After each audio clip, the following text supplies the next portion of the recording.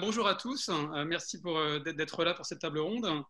Alors, l'idée, évidemment, c'était de faire une table ronde physique, bien sûr, à Belfort même, hein, ce qu'on peut évidemment pas faire vu les circonstances. Mais donc, voilà, je vous remercie en tout cas tous les quatre d'être là pour cette table ronde. L'idée, c'est que c'est une programmation qu'Elsa Charby avait en tête depuis très longtemps et qui, pour le coup, résonne complètement avec ce qu'on vit en ce moment, puisque ce dont on se rend compte, c'est que voilà, on est toujours derrière une machine et que tous les films, au fond, vos quatre films à certains égards, sont faits à partir de la machine, à partir d'un écran d'ordinateur, à partir d'images glanées sur Internet. Ce qui est assez frappant, je trouve, aujourd'hui, c'est de voir que Internet, enfin, j'ai l'impression qu'il n'y a jamais eu autant d'images aujourd'hui qu'aujourd'hui. Voilà, dans l'histoire de l'humanité, j'ai l'impression qu'on est à une époque où au fond, c'est presque une sorte de doublure du monde. Enfin, je veux dire, j'ai l'impression qu'il y a presque autant d'images qu'il y a de réalité physique à certains égards. Et du coup, voilà, on trouvait intéressant de faire cette table ronde avec vous pour, pour voir un petit peu, déjà vous poser la question de savoir pourquoi vous avez décidé de faire des films à partir de ces images-là, plutôt qu'à partir, je dirais, d'images que vous auriez vous-même fabriquées. Ce qui me semble un trajet intéressant. Bon, alors après, c'est pas nouveau, puisque quelqu'un comme, par exemple, comme Guy Debord, voilà, qui est ce qu'on appelle un cinéaste sans image, déjà quelqu'un qui faisait des films très personnels à partir d'images qui n'étaient pas les siennes. Donc c'est pas un phénomène complètement nouveau, mais disons que voilà, j'ai l'impression que c'est un phénomène qui s'est vraiment répandu et surtout qui est beaucoup plus riche aujourd'hui. Hein, il n'y a qu'à voir vos quatre films qui sont très très différents, vraiment qui sont extrêmement différents les uns des autres. Et voilà, du coup, c'était une des raisons pour lesquelles on a fait à la fois cette programmation et donc cette table ronde aussi pour questionner voilà, ces choses-là.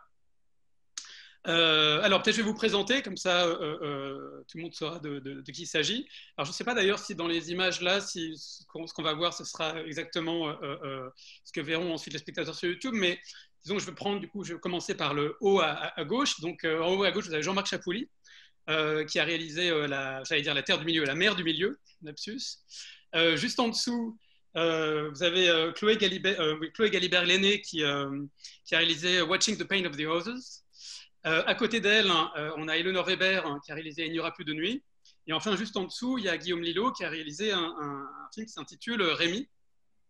Voilà, et l'idée, c'est que du coup, on vous pose des questions. Je sais que vous avez vu aussi, pour la plupart d'entre vous, les films des uns et des autres. Donc, si vous voulez réagir aussi sur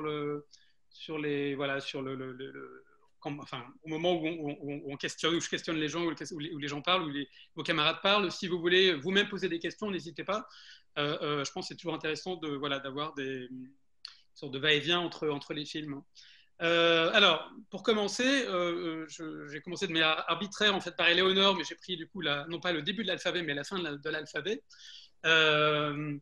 Et le film d'Éléonore Weber, donc qui s'appelle Il n'y aura plus de nuit, est un film qui est basé uniquement sur je dis ça pour ceux qui nous regardent, sur des images qui sont pour la plupart des images faites en caméra thermique, qui sont des images de l'armée, et qui sont des images embarquées dans un hélicoptère avec des soldats, qui donc à la fois sont des images de surveillance du territoire, nos territoires en guerre, et qui en même temps sont aussi des images qui sont des images qui permettent de tuer, puisque au fond le viseur, l'image, c'est aussi le viseur du fusil mitrailleur. Donc voilà, un rapport complexe du coup à l'image.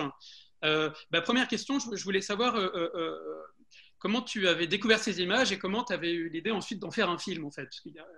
Qu'est-ce qui a motivé la fabrication d'un film à partir de la découverte de ces images? Alors, pour reprendre la manière dont tu introduisais la table ronde, pour le coup, moi, j'aurais pas pu les fabriquer moi-même, ces images. C'était absolument inaccessible et évidemment, je l'aurais pas fait. Je suis tombée presque par hasard, mais je travaillais sur les guerres qu'on mène au Moyen-Orient, en gros, et je suis tombée par hasard sur ces images que je connaissais un peu, mais j'en connaissais très peu, celles qui avaient filtré par les lanceurs d'alerte, notamment.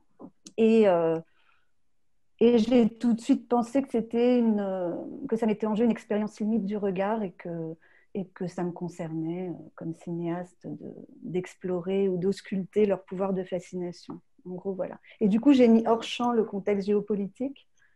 J'ai mis hors champ même leur régime d'apparition sur le net. C'est-à-dire alors que d'autres parmi nous traitent, notamment Chloé, intègrent beaucoup cette dimension-là à leur démarche. Moi, ce n'était pas du tout le cas. Et mon idée, sans doute, c'était que ce film traite autant de la guerre que de ce que c'est que voir, quoi, en gros. Voilà pourquoi j'ai choisi qu'il soit uniquement composé de ces matériaux-là. Alors la chose qui est troublante quand on regarde le film, c'est que les images qu'on voit, comme je disais, c'est à la fois des images, c'est des images, voilà, comme on peut voir des images, mais c'est aussi le viseur du fusil mitrailleur. C'est aussi l'endroit où on voit les meurtres commis par les meurtres, les tirs, hein, disons. Ce que tu racontes dans ton film, c'est qu'à un moment donné, le mouvement de la caméra, c'est les mouvements de la tête en fait des soldats. Donc il y a une sorte de corps unique entre la caméra, le fusil et le corps des soldats. En fait, ce régime-là est vraiment un régime assez inédit et assez troublant. Enfin, il y a un couplage total entre la tête, le casque, hein, la caméra et le canon. C'est ce qui fait qu'on peut se demander si ce sont des images d'ailleurs. Enfin, ça, c'est une des questions évidemment qui a été présente tout au long.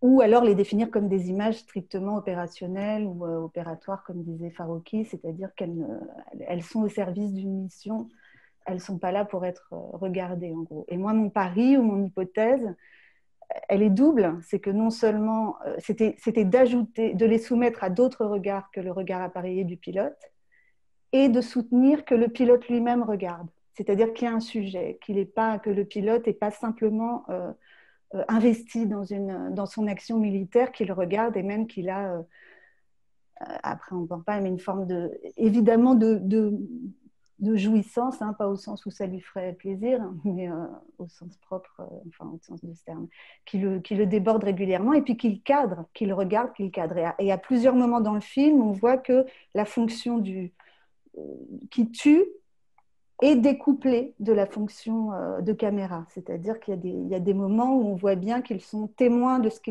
qu'ils viennent de faire et non plus seulement en train d'agir, quoi. Voilà, mais c'est ce double statut, moi, qui m'a passionnée, évidemment, en tout cas. Alors le truc, c'est qu'on ne sort quasiment jamais de ces images, hein, sauf une fois où on voit une vidéo d'un enfant de soldat justement qui regarde son père dans le ciel. Et puis la toute fin aussi, dont on parlera tout à l'heure peut-être. Mais sinon, on est toujours embarqué, c'est-à-dire qu'on est toujours dans la vision en fait de ces soldats. Est-ce que du coup, tu t'es posé la question de savoir comment créer de l'espace, comment créer de la dialectique, comment créer un espace pour nous spectateurs qui nous permette d'analyser les choses? Est-ce que c'est la raison pour laquelle à la fois il y a une voix off qui commente les choses, et puis il y a aussi le témoignage qui n'est jamais dit directement par lui, mais qui est repris par la voix off aussi, qui est dite par Nathalie Richard. Est-ce que c'est justement, comment tu t'es posé la question justement de savoir qu'est-ce que faire de ces images? Le but, c'était pas d'assigner le spectateur à la place du tueur pendant 1h15. Donc j'ai cherché à lui ménager un espace, évidemment, et la voix off, enfin le texte y participe.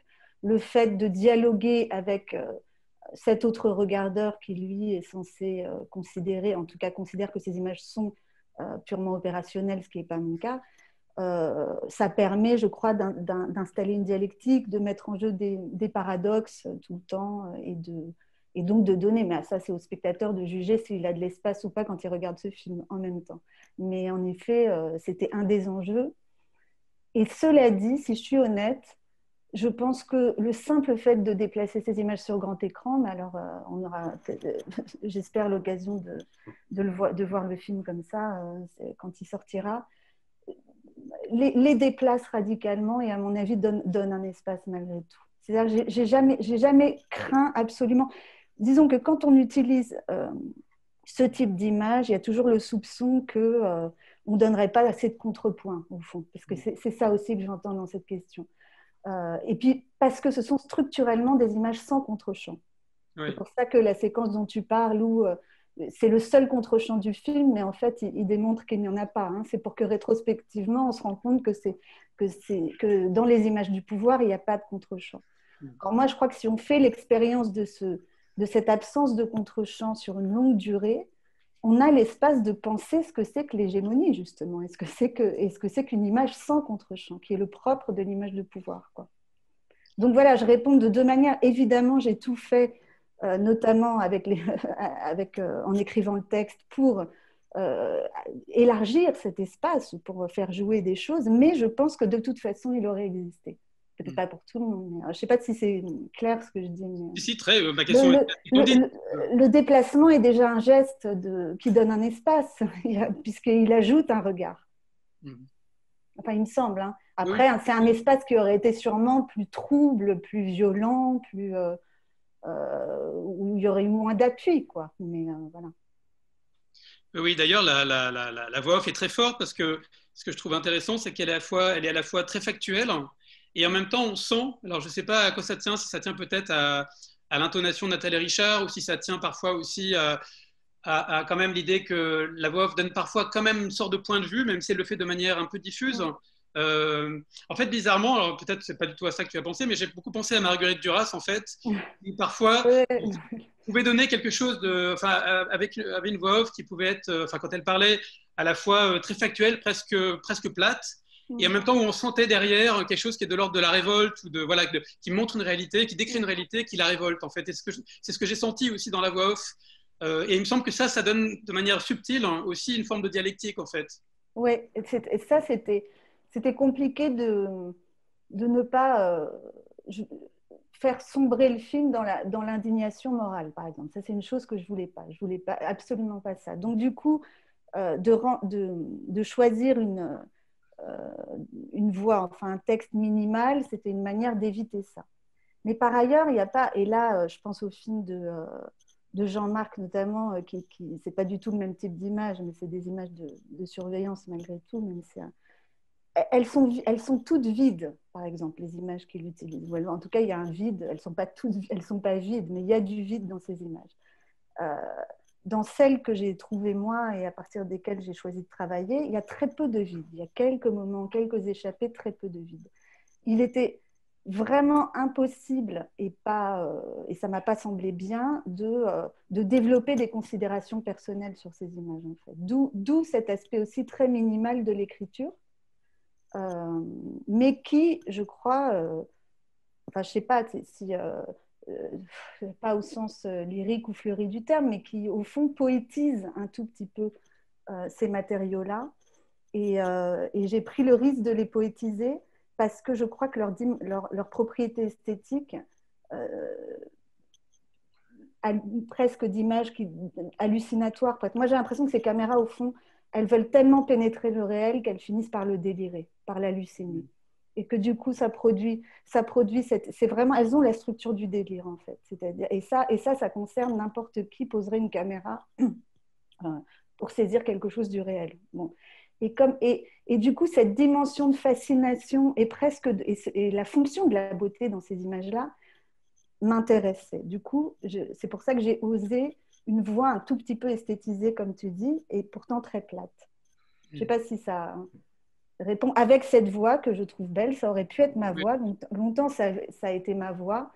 Et j'ai trouvé plus intéressant que ce soit une voix plus, en effet. Alors, c'est peut-être ça qui fait penser à Duras aussi. Enfin, moi, j'aime bien beaucoup Duras. Il y a peut-être le Pierre V, qui est une espèce de clin d'œil. Oui, dans la... effectivement, j'avais pas pensé à ça, mais bien sûr. Bien sûr, ça joue.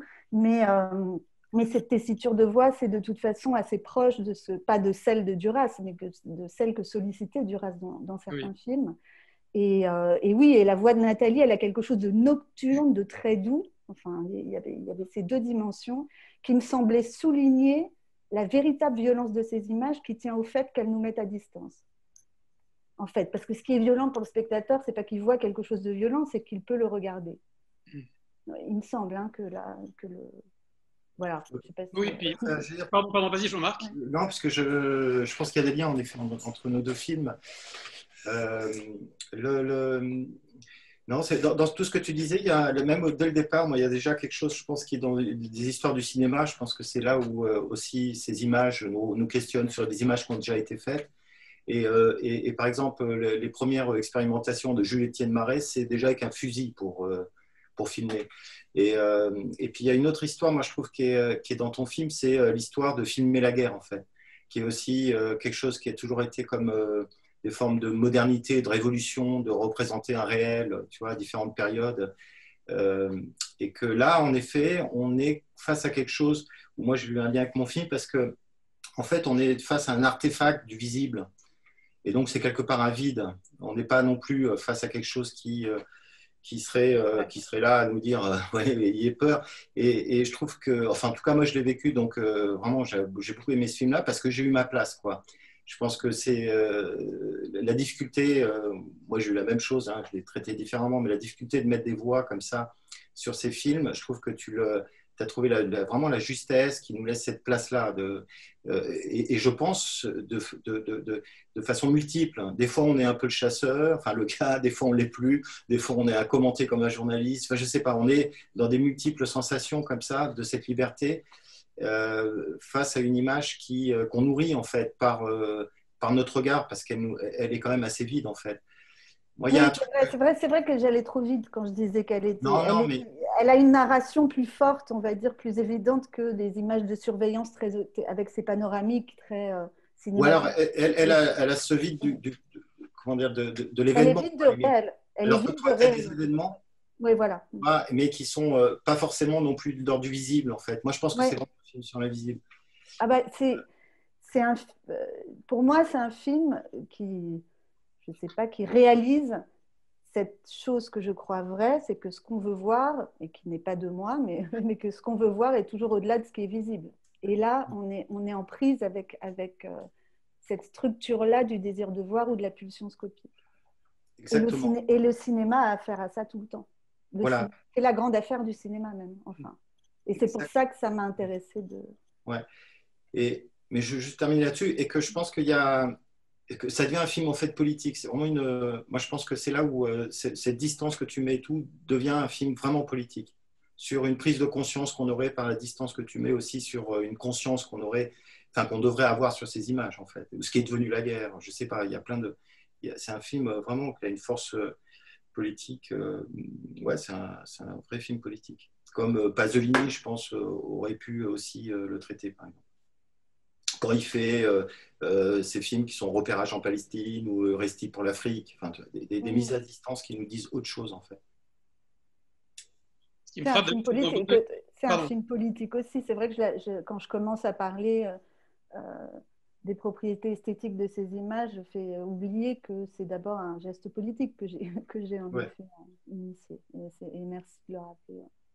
Puis la dernière chose, mais ça je l'avais écrit à Chloé, donc je te le dis, mais moi ce qui m'a beaucoup amusé, c'était que, parce que il y a le bouquin de Goethe sur le traité des couleurs, en fait à un moment il arrive à dire que on pense les pays comme ça, le sud c'est du rouge et du jaune, c'est l'Espagne, et puis ah oui, alors dans le nord tout est gris. Il dit non mais en fait dans tous les gris, et c'est ça ton film, c'est qu'il y a tous les gris possibles, et dans tous ces gris possibles, c'est des gris bleus, des gris rouges, c'est comment cette définition de la caméra thermique qui va justement voir ce qui est chaud et froid nous met dans cette dimension de ce qui est glaçant et terrifiant.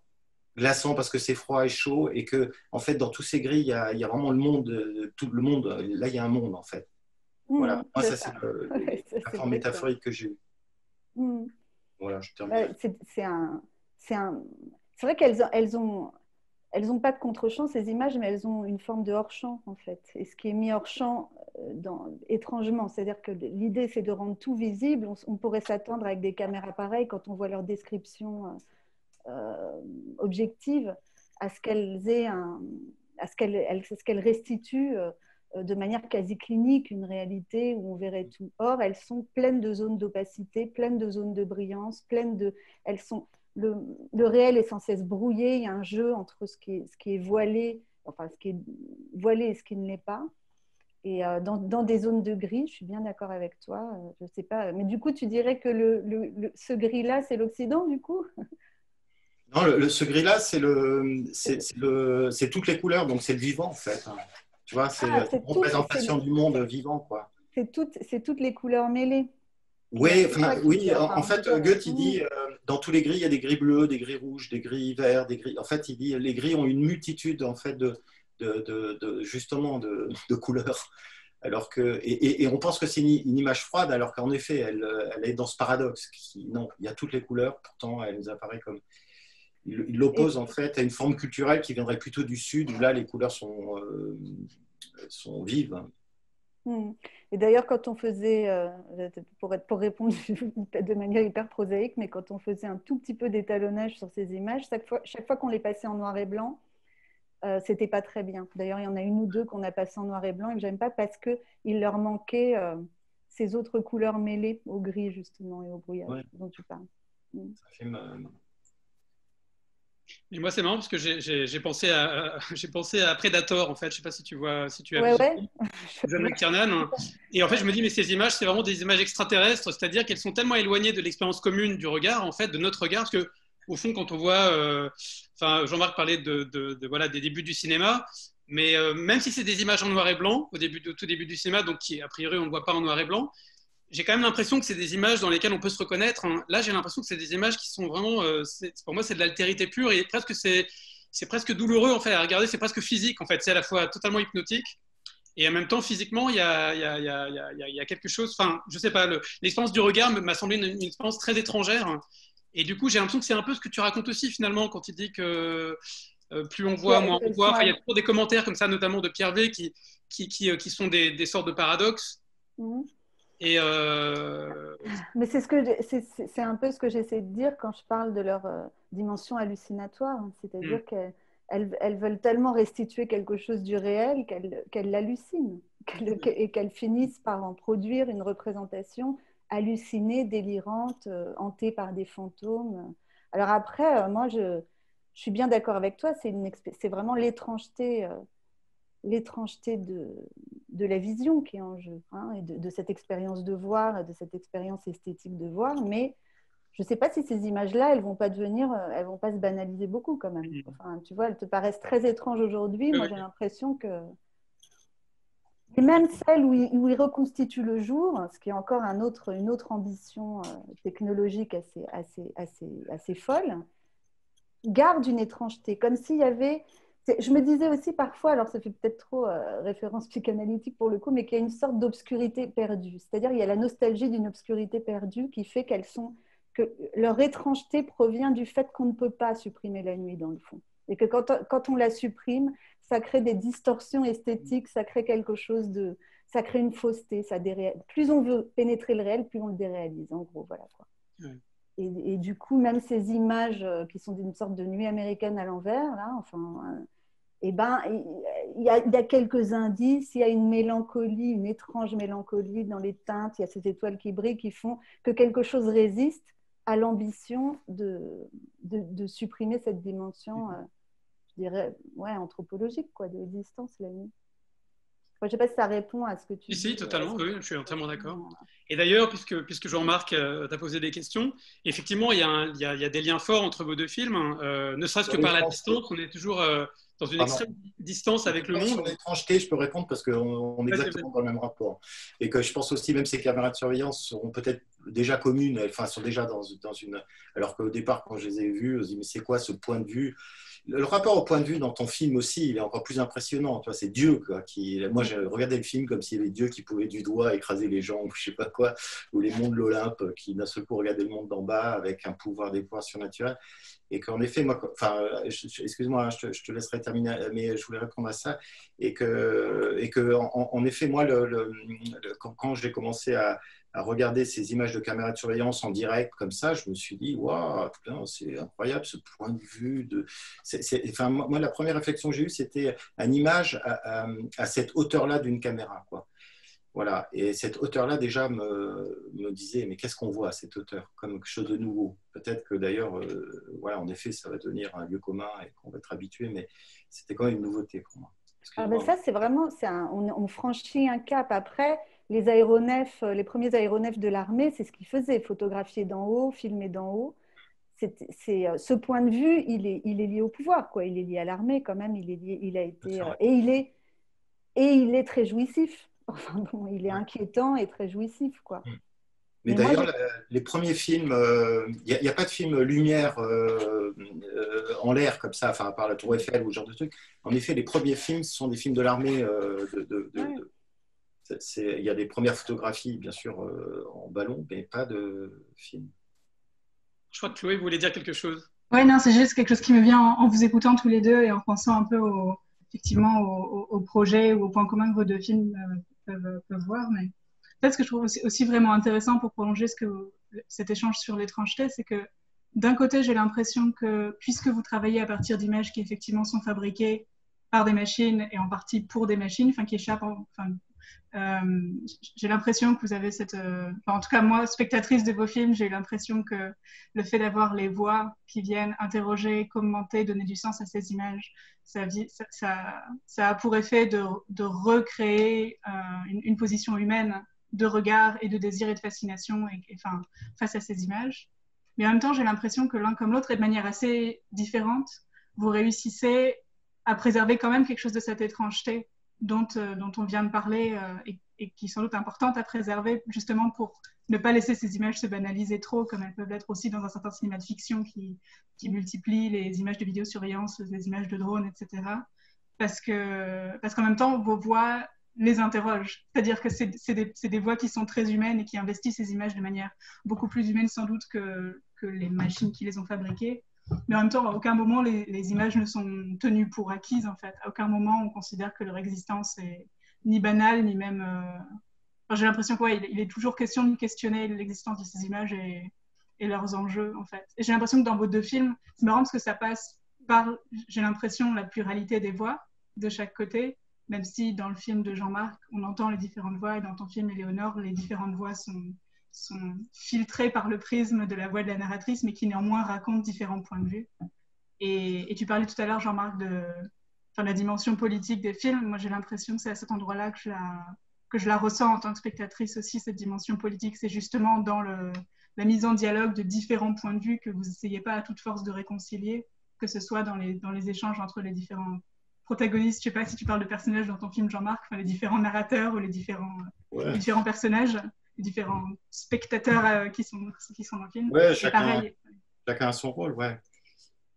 Ça, c'est le point commun même des trois films, je dirais, c'est que de manière hyper différente, avec une subjectivité beaucoup plus forte dans certains que dans d'autres, mais c'est quand même le dispositif du film, c'est qu'il y a des gens qui regardent des images, quoi. Et en fait, on développe et se développe un texte à partir de ça ou un point de vue. Ça, c'est quand même le point commun, et c'est ce que tu fais, toi, Chloé, tout le temps. Après, de préserver l'étrangeté, tu as raison. L'idée, c'est qu'on continue à être surpris que de telles images existent.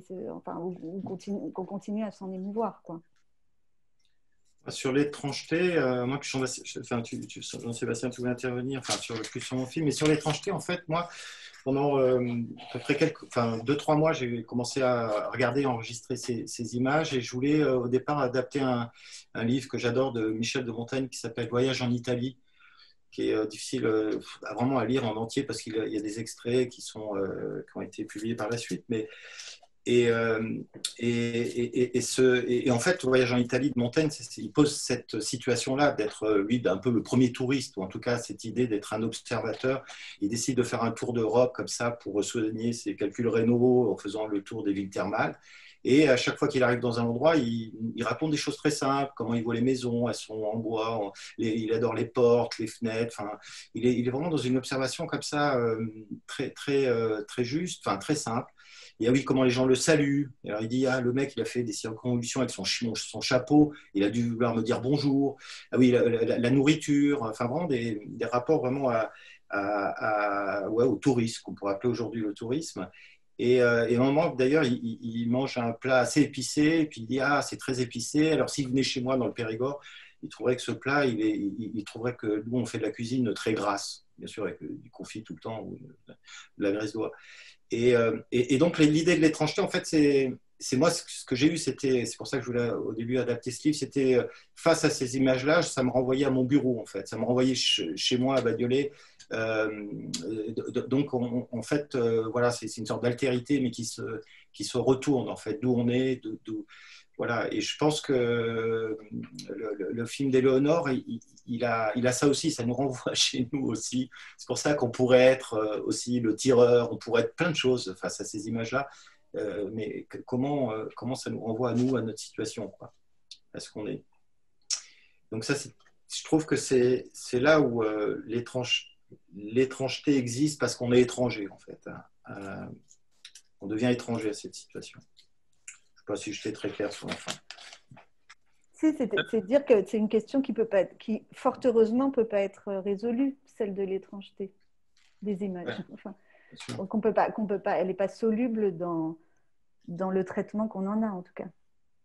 Oui, ou du moins qui mérite aussi d'être pensé et politisé aussi. Moi, c'est un aspect qui m'intéresse beaucoup dans les films qui sont faits comme ça à partir des images d'Internet. C'est aussi celle de...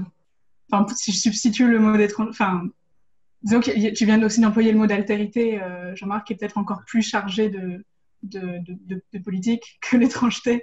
Mais Oui, moi, c'est un vrai enjeu aussi qui m'interroge beaucoup dans les films et qui m'intéresse beaucoup dans les films des autres, et y compris dans les vôtres, et très différemment d'ensuite Guillaume, auquel on va venir aussi. Mais c'est la question justement de cette négociation, de la négociation de cette altérité, des images qui évidemment nous interpellent et nous fascinent parce qu'elles sont différentes de celles qu'on pourrait produire. C'est ce que tu disais, Éléonore, tu ne pourrais pas produire les images à partir desquelles tu travailles, donc elles te sont étrangères, et c'est en partie cette altérité-là qui est fascinante. Et en même temps, c'est vrai que dans la manière dont elle est construite et dont on travaille cette altérité-là dans les dispositifs de nos films, il peut y avoir justement des effets de mise à distance et tu parlais tout à l'heure d'indignation morale. Moi, dans le cas de mon film, comme je travaillais sur ces images de youtubeuses qui parlent de leur expérience d'une certaine maladie et qui en même temps, dont les discours sont assez facilement rattachés à différentes théories du complot. Donc c'est pareil, il y avait un vrai enjeu aussi dans le fait d'éviter une mise à distance qui aurait aussi été un peu confortable de ma part, en disant regardez-les,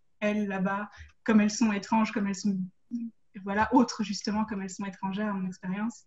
Et ce qui m'intéressait, c'était justement de mettre un peu au travail de complexifier un peu cette dichotomie entre ce qui est étrange et puis ce qui est moi, ce qui est chez moi, ce qui est mon bureau, ce qui est ce que je connais. Et c'est ça qui est touchant, je trouve, dans ton film, Guillaume, pour te faire aussi de venir dans la discussion, mais c'est que j'ai l'impression, moi, ça m'intéresserait de voir comment tu as pensé cette question-là aussi dans la fabrication de ton film, parce que j'ai l'impression que c'est complètement inverse, où toi, tu es justement dans une appropriation très intime des images avec lesquelles tu as travaillé, et tu n'as pas du tout cherché à les mettre à distance. Au contraire, il s'agissait presque de les...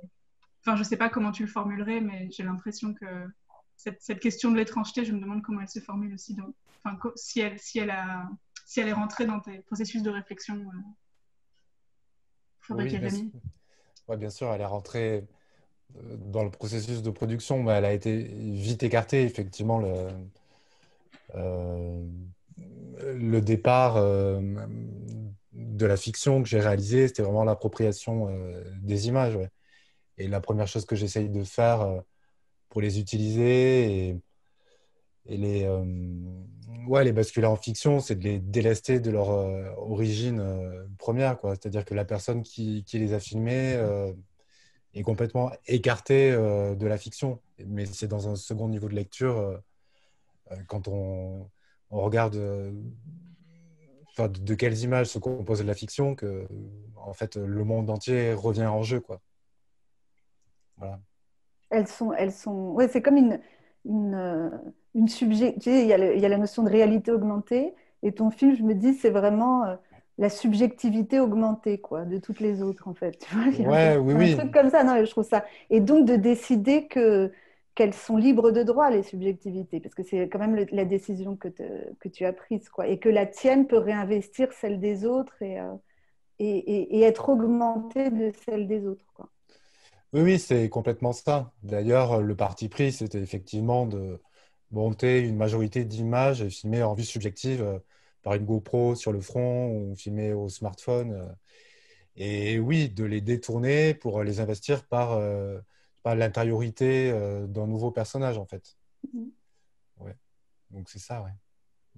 Et ce qui est fort dans ton film et dans celui de Chloé, c'est que vous parlez de choses très intimes, au fond, à partir des images des autres, en fait. Et ça m'a frappé combien des images qui vous sont étrangères deviennent des images que vous appropriez tous les deux, en fait. Je ne sais pas si Chloé, du coup, tu veux parler de ça aussi, de la manière dont le lien que tu fais entre. Parce que moi, ton film, j'ai trouvé qu'il y avait quelque chose d'à la fois très rationnel, hein, c'est presque une sorte d'exposé froid et rationnel des faits. Et en même temps, il y a aussi quelque chose de très intime. Donc il y a cette espèce de mélange comme ça qui est très curieux. Et il y a le dehors et le dedans. Et il y a toi et les autres aussi. Enfin, il y a les deux à la fois, en fait. Ouais, bah ça s'explique peut-être un peu par le contexte de production du film, parce que c'est un film que j'ai réalisé dans le cadre d'une thèse, d'un doctorat que je suis en train de réaliser, dans laquelle il y a une partie théorique où j'écris sur des films précisément faits à partir d'images trouvées sur Internet. Et dans le cadre de cette thèse, je réponds aussi à certains films de mon corpus par mes propres films. Donc, Watching the Pain of Others, c'est un de ces deux films-là qui répond au film de Penny Lane, qui s'appelle The Pain of Others. Et du coup, je pense que c'est un peu de cette origine que vient le sentiment que tu viens de d'énoncer, que je trouve assez, enfin moi qui m'amuse du coup, de l'impression d'assister à la fois à un exposé scientifique ou en tout cas universitaire, enfin qui s'appuie sur une recherche, disons un peu, on va dire scientifique avec plein de guillemets.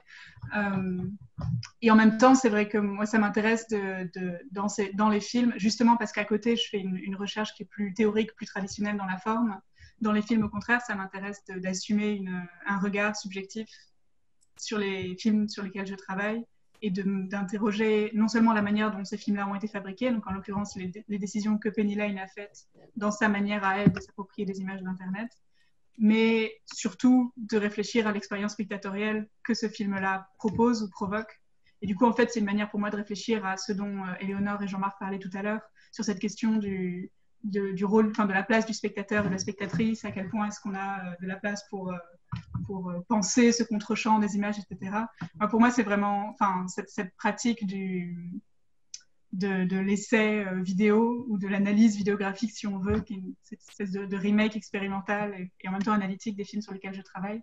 Pour moi, l'enjeu, c'est vraiment ça, c'est de réfléchir à la place que ces films, faits à partir d'images d'Internet, qui déplacent les images d'Internet, laissent à leurs spectateurs et spectatrices. Et en l'occurrence, donc, je parle de mon expérience de spectatrice comme d'une espèce de cas d'étude pour réfléchir à comment ces films-là peuvent être reçus.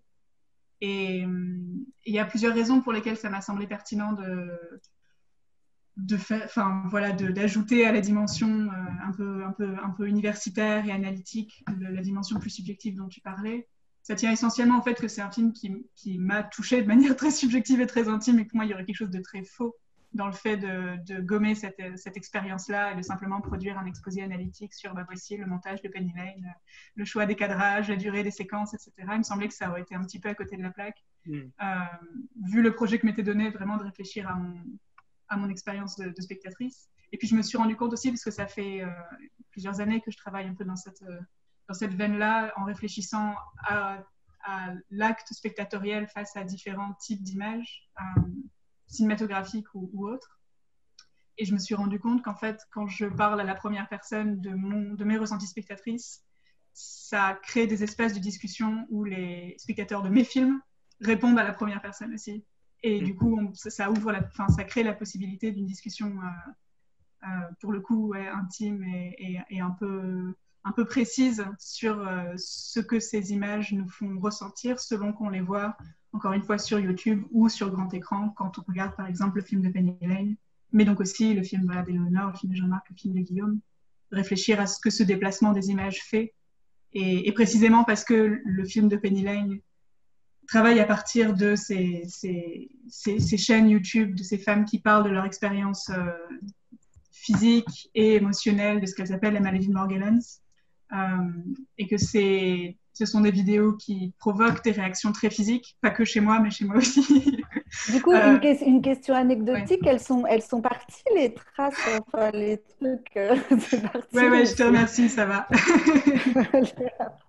Okay. C'était déjà un petit peu parti au moment du tournage, c'est aussi du cinéma. Oui. Et attends, chez moi, ça a marché à fond. Hein. J'étais aussi... Désolée. Non, mais dans ce truc-là, c'est la différence peut-être quand tu essaies de la mettre entre un travail universitaire et filmique, même si je pense que là, le truc génial, c'est, enfin bon, je vais faire un détour, mais pour revenir à ton film, moi j'avais bossé il y a quelques années sur une revue avec des copains qui s'appelle Fresh Theory, je ne sais pas si tu connais, avec Élie During, Laurent Jean-Pierre et gens comme ça, qui a abordé cette notion de pop philosophie. C'est comment en prenant d'autres objets de la philosophie que, je sais pas quoi, la mort, la transcendance, ce genre de choses, et que là, ben, en effet, il y a un objet d'étude qui nous amène, qui nous fait, ouais, qui est un objet philosophique aussi. Et après, moi, ton film, en effet, tu remets comme un prisme ce truc que moi aussi j'ai eu, même en voyant tes images, des trucs un peu hypochondriaques, je sais pas, en tout cas, il y a un affect qui devient le moteur, en effet, fictionnel, mais qui, moi, je crois, aussi décrit ce qu'est Internet avec tes youtubeuses, c'est la notion virale, en fait. C'est le rapport au virus, quoi. Et là, je me dis, ah ben oui, mais en fait, c'est le rapport viral qui est le sujet. C'est comment c'est viral et on pourrait, voilà. Et là, il y avait, vraiment, il y a tous ces liens qui... Ça, c'est très fort dans le film, ouais, c'est vrai. Non, mais ce lien entre la viralité des images, pardon, je t'ai coupé, mais parce que j'aborde pas ton sens. Ouais, ouais. Et ce qui est fort, peut-être que... Pardon, vas-y. Non, mais c'est aussi le statut de cette maladie imaginaire qui devient un moyen d'exister, quoi. Enfin, c'est quand même imaginaire ou pas, puisque... Enfin, on n'a pas... Beaucoup de maladies sont imaginaires, quoi. Et ce que tu décris, d'ailleurs, tu en parles, c'est quand même une hystérisation du corps qui nous traverse tous, hein. Enfin, je ne sais pas qui échappe à ça. Donc, moi aussi, j'ai trouvé ça un peu... Moi aussi, tout de suite, ça agit sur moi, j'avoue, le truc lui-même. Mais après, c'est comment ces femmes-là, puis il y a tout ce truc autour de...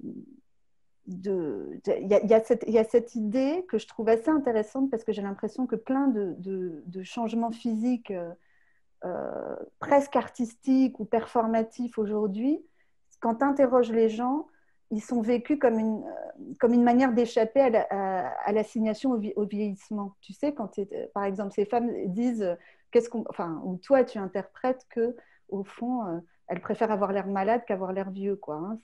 C'est assez fin comme truc, c'est assez terrible, mais c'est assez provocateur, mais c'est assez fin. Et que finalement, toute cette modalité de se faire voir, enfin d'exhibition, par la maladie devient une possibilité d'existence, quoi, de réassurance d'être un sujet, d'être quelqu'un qui est regardé et tout. Enfin, moi, c'est ce que j'ai trouvé très fort et que toi-même, tu joues au fait d'être piégé aussi par le truc. Mais moi, je sens quand même que tu joues à ça, mais que finalement, toi aussi, tu en passes par le désir de montrer, de te faire voir. Oui, puis le plaisir d'échanger aussi, ça c'est ce que tu fais à la fin, quand tu dis que tu es très contente que Penny Lane se souvienne que tu as quitté la salle, etc. Moi, ce qui m'a frappé dans ton film aussi, c'est de voir à quel point on était hyper seul devant Internet, en fait. Enfin, c'est ce qui se dégage. Il y a évidemment toute cette histoire de viralité des images qui produisent elles-mêmes de la maladie. C'est d'ailleurs très beau que l'une des trois femmes décide de tout arrêter parce qu'elle a conscience de ça, au fond, que le simple fait d'être sur Internet entretient ça comme une sorte de cercle vicieux.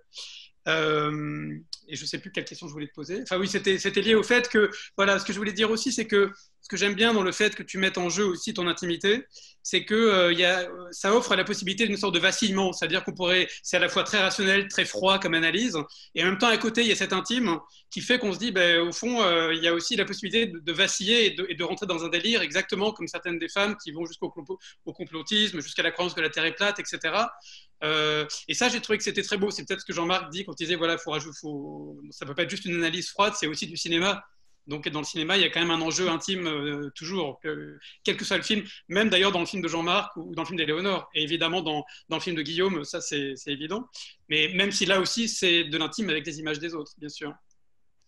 Pour moi, il y avait aussi un enjeu, mais je pense qu'il est encore une fois un peu lié au contexte spécifique de production du film. Parce que j'ai l'impression qu'un des thèmes du film, outre effectivement la viralité, cette question de la viralité qui m'a beaucoup intéressée, c'est quand même la question de la production des savoirs, quoi, où quand même les deux paroles qui s'opposent, d'un côté la parole des médecins, de l'autre côté la parole des patientes.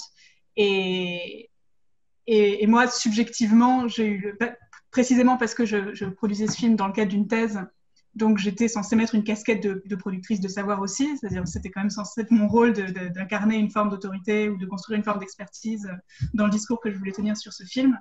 Mais je me suis trouvée immédiatement un peu en porte-à-faux entre les deux discours parce que de par ma formation universitaire, j'ai appris à respecter l'institution médicale et à croire les médecins parce qu'ils ont fait des études et qu'ils savent de quoi ils parlent, contrairement à moi qui n'y connais rien. Mais en même temps, en tant que femme, j'ai eu à plusieurs reprises, comme je pense beaucoup d'entre nous, la plupart d'entre nous, l'expérience d'avoir des médecins qui ne comprennent pas et qui nient le ressenti subjectif que j'essaie de leur décrire maladroitement avec des mots que je n'ai pas appris.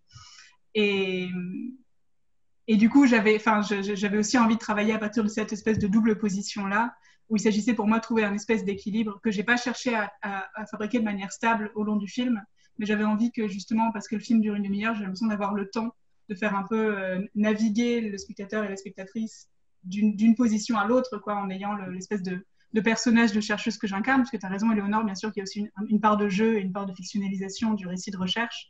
J'avais envie de circuler un peu entre des positions, entre plusieurs positions qui seraient à la fois, qui incarneraient cette forme de savoir académique dont je dispose et que je peux performer parce que j'ai été entraînée à ça, et en même temps qui est attirée de manière très empathique et qui est aussi une réaction qui m'est très naturelle et très spontanée aussi, parce que j'ai aussi été entraînée en tant que femme de par mon processus de genrage en tant qu'être féminin, j'ai aussi appris à être empathique. Donc c'était un peu ce travail de... Mais sur l'empathie, justement, je trouve hyper intéressant ces moments où on te voit en train de regarder... Il y a quand même la question à quelles conditions on est atteint par la souffrance de l'autre. C'est même presque la question initiale de ton film.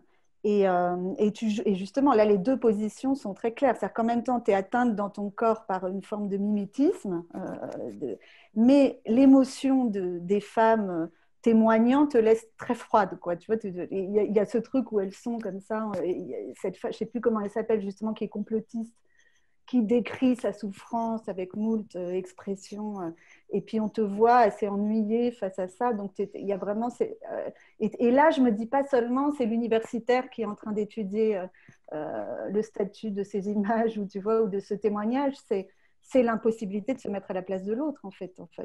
Et c'est cette tentative, toi, que tu nommes comme la tentative de communiquer quelque chose, cette espèce d'extrême solitude qui fait qu'on lance un appel, mais c'est peut-être l'impossibilité radicale d'être à la place de l'autre, et donc l'aporie qu'il y a même dans la position empathique, quoi.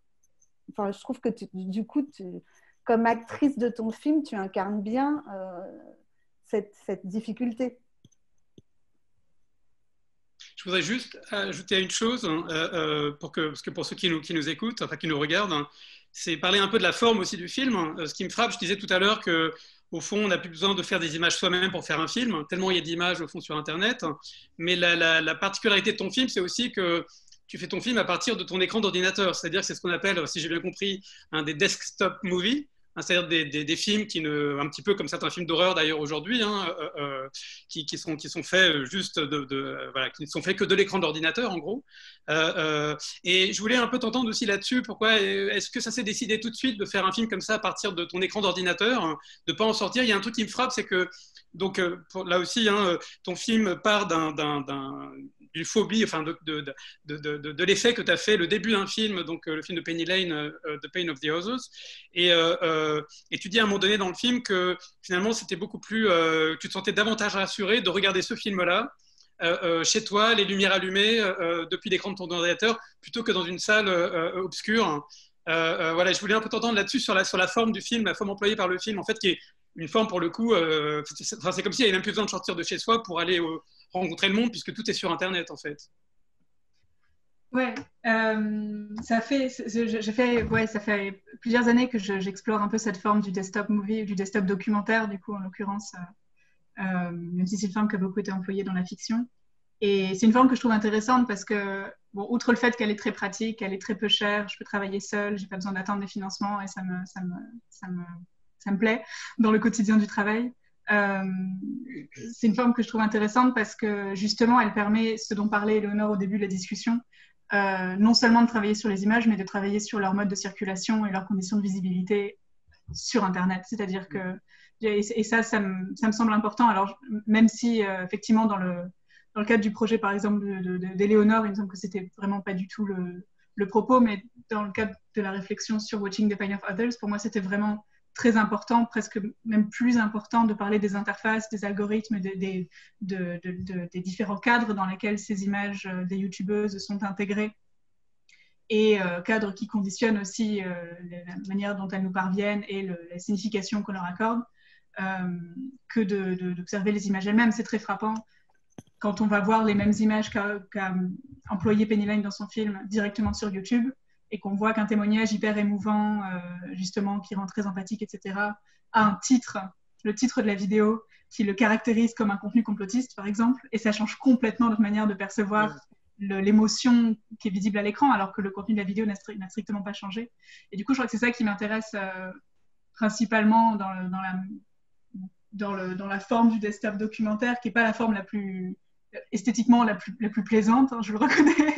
Même si en vrai, je trouve qu'il y a aussi une dimension, enfin en tout cas j'aime bien me dire qu'il y a aussi une dimension d'archivage pour la postérité de la manière dont justement les algorithmes et les interfaces fonctionnent et ce à quoi elles ressemblent, parce que ça change tellement vite. Et ça, je trouve ça un peu fascinant de regarder justement des desktop films qui ont été faits même il y a 5 ans. Une fois, il y a quelques jours, je regardais un film de Lionel Soukaz où il filme son écran d'ordinateur tourné en 2005. Et c'est tellement fascinant de voir les interfaces, la manière dont les circulations fonctionnent d'un site à l'autre. Et ça, on sait que c'est des archives qui existent quasiment pas, enfin, c'est très problématique d'archiver Internet. Et il me semble que les desktop movies ont aussi potentiellement cette qualité-là d'être des artefacts pour les archéologues des médias du futur, quand ils se demanderont mais à quoi ça ressemblait YouTube en 2018, si jamais ils se posent la question. Mais je t'ai envoyé le lien. Moi, j'ai fait un film il y a 10 ans qui était sur cette question-là avec Google. Ça s'appelle Monsieur Google, à qui appartient la réalité. C'est qu'on a fait l'interface où je fais une enquête et c'est un peu enfin bon, moi, c'est beaucoup plus farfelu parce que bon, peu importe, je peux vous raconter le film, mais ce qui est, par contre, même m'excitait à l'époque, c'était aussi comment la machine, c'est un rapport à l'écriture, c'est-à-dire que comment l'écriture se passe au montage et que la machine écrit. C'est comme si c'est la machine qui prenait aussi la fonction d'écrire un film ou d'être le moteur d'un film. Voilà. Et que là, moi, ça m'amusait beaucoup aussi que d'apparaître, c'est même plus l'auteur, enfin, c'est ce qui m'amusait aussi avec les caméras de surveillance au départ. À l'époque, je voyais encore Labarthe, et Labarthe, je lui disais, écoute André, là, votre politique des auteurs du cinéma, elle est morte. Maintenant, c'est un employé municipal qui a une échelle et qui met plus ou moins bien une caméra. Tu te rends compte, on n'a plus besoin d'être un bon cadreur, enfin, voilà, ou l'employé municipal il est génial. Enfin, bon. Et c'est des mécaniques comme ça un peu... voilà, qui remettent en question aussi sur ces choses voilà, qui sont soi-disant admises. Scorsese, quand il parle d'un film, non, il parle que de ça. Il dit « Je suis génial parce que je mets le pied de la caméra et à partir de là, tout se passe. » Moi, je suis là, ben non. On peut être un employé comme ces rapports d'écriture de la machine ou ces formes-là qui, d'un seul coup, deviennent des choses qui nous échappent aussi. Ces rapports un peu du monstre, enfin, on revient à la machine, hein, mais un peu monstrueuse aussi. Oui, complètement. Et puis qu'Indu aussi, je ne sais pas à quel point c'était le cas quand tu as fait Monsieur Google, à qui appartient la réalité, mais qu'Indu aussi des processus d'écriture qui sont beaucoup plus circulaires, j'ai l'impression que, en tout cas, je sais moi par rapport à d'autres films que j'ai pu réaliser, quand on est d'autres techniques, où on est un peu en permanence dans l'aller-retour entre ce qui est disponible sur Internet et le récit qu'on a envie de produire. Et quand on retourne sur Internet pour enregistrer notre écran, et ben, les images sont plus là, les liens sont morts, les interfaces ont changé, les algorithmes produisent d'autres résultats. Et on est un peu toujours dans cette espèce de rétroaction. Mais c'est ça qui est aussi, ça me fait penser à quelque chose que je voulais dire aussi à propos de ta question, Sébastien, sur parce que ce qui est intéressant aussi, c'est que la forme du desktop movie, elle est un peu hybride par rapport à un film, par exemple comme celui de Guillaume, où effectivement on est 100% dans du found footage, c'est des images trouvées. Moi, non seulement je filme les interfaces, je fais quand même de la mise en scène sur mon écran en ouvrant telle fenêtre à tel moment, j'organise des cadres. Et en plus, dans ce film-là, je me filme, donc je deviens moi-même, j'entre dans la machine pour ainsi dire, et je deviens moi-même une image de plus sur cet écran. Ce qui du coup complexifie un petit peu la question du found footage aussi. Et dans mes films plus récents, je fais plusieurs films cette année qui réemploient aussi un peu la technique du desktop de différentes manières, mais auxquelles j'associe aussi des techniques où je filme d'autres images, des images réelles, des images qui sont les miennes, justement aussi pour travailler cette question du contre-champ ou du contrepoint dont parlait Eleonore au début, parce qu'elle parlait du contre-champ des images du pouvoir, des images de la guerre, qui est une question différente. Mais la question du contre-champ des images d'Internet, elle est intéressante aussi, parce que c'est c'est facile d'avoir l'impression que tout est contenu, surtout aujourd'hui où littéralement toute notre vie sociale professionnelle est contenue dans notre écran. Donc c'est facile d'avoir l'impression que vraiment rien n'y échappe, même mon intérieur chez moi, vous l'avez à l'écran. Mais du coup, cette question j'ai l'impression qu'on peut aussi investir le geste de filmer de nouvelles images dans ce rapport un peu dialectique de complémentariser, de faire un complément ou une réponse aux images qui sont disponibles sur Internet.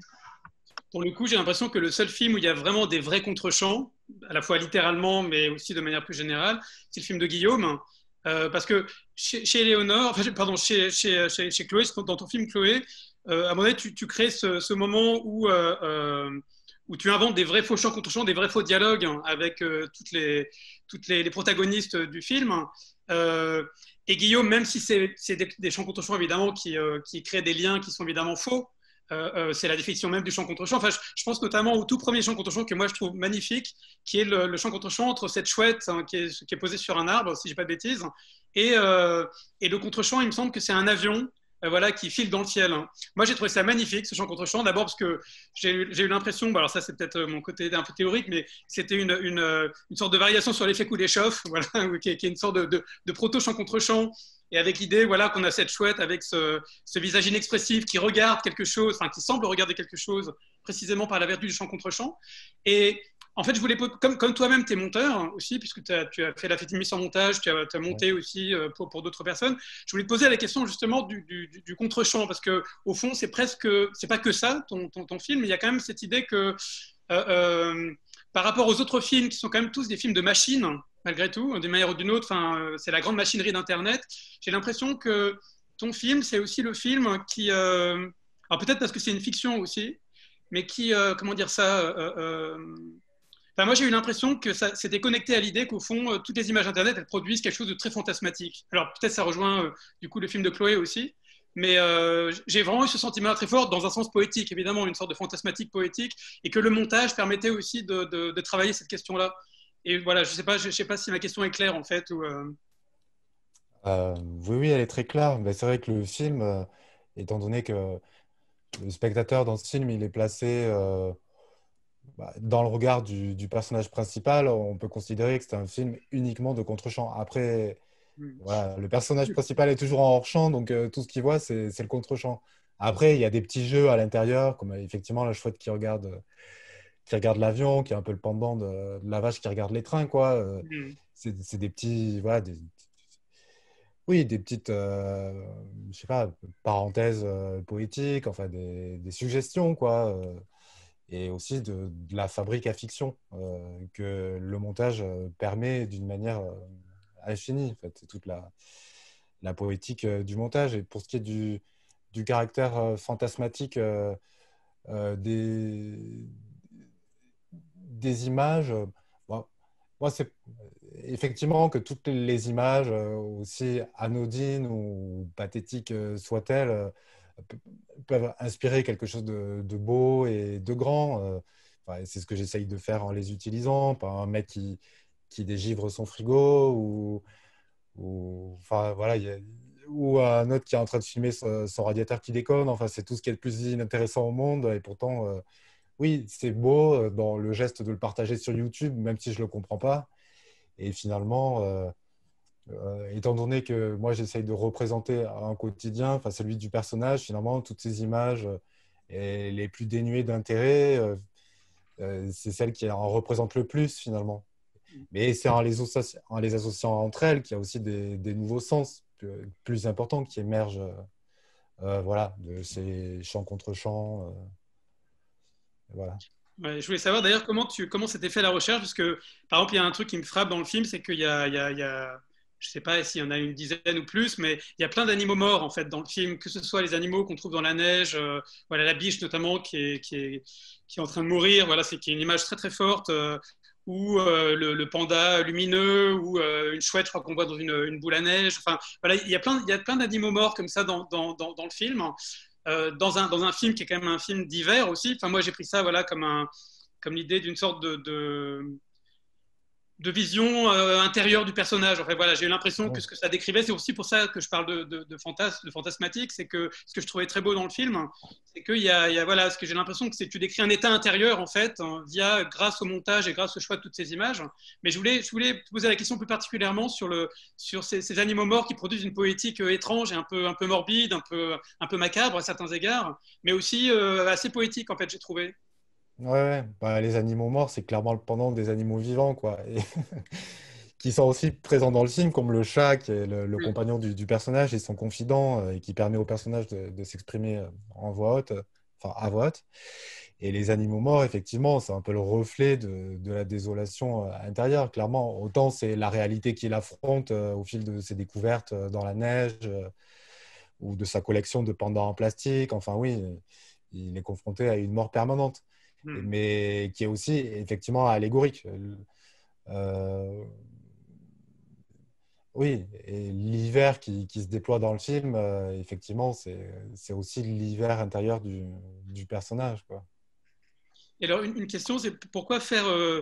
Est-ce que c'est pour des questions de commodité, de production? Pourquoi faire ce film, par exemple, avec des images justement glanées sur Internet, alors qu'au fond, on peut se dire, cette histoire-là, enfin, après, je ne sais pas comment est née l'histoire, si l'histoire est née du glanage comme ça des images, hein, ou si l'histoire préexistait aux images que tu as trouvées par la suite. Euh, mais pourquoi pas faire un film, disons, de manière, comme on dit, traditionnelle, en faisant soi-même des images avec des acteurs?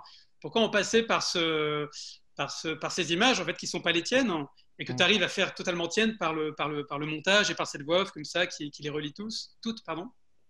Ouais, bah, ça rejoint une question bah, assez personnelle. Moi, je trouve que le film, il exprime des limites, en fait, que ce soit dans le fond, les limites du personnage qui sont aussi les miennes, parce que voilà, on est très proches, et les limites de la forme du film aussi. Euh, Moi, j'ai fait ce film effectivement pour échapper à tout le processus de production traditionnel qui s'étend à l'infini, qui est jamais garanti. J'avais envie de faire un film voilà, à l'instant T. Donc, ça a été une évidence pour moi de me retourner vers ces images parce que j'avais déjà expérimenté le procédé avec mon travail de fin d'études à la FEMIS.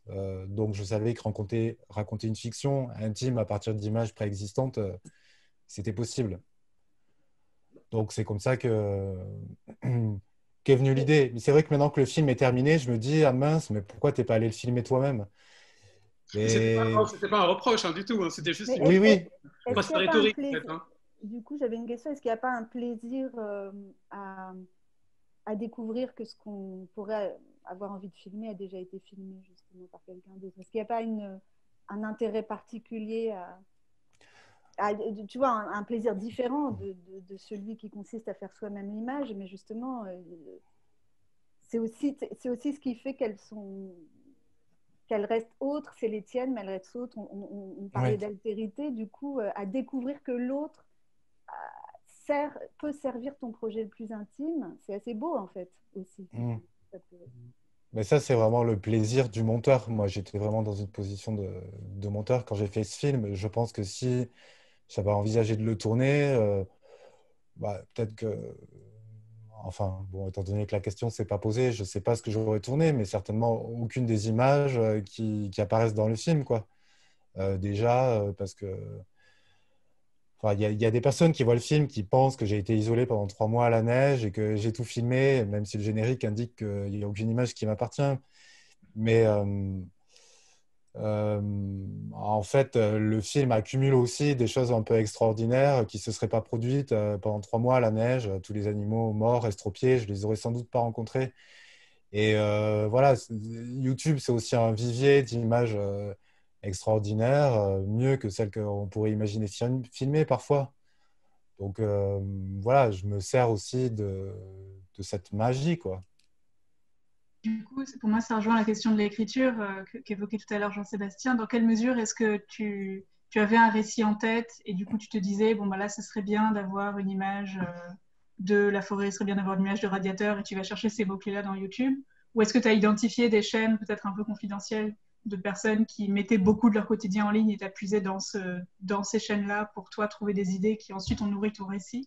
Ou dans quel ordre est-ce que les choses se sont faites dans l'écriture et dans le montage, du coup?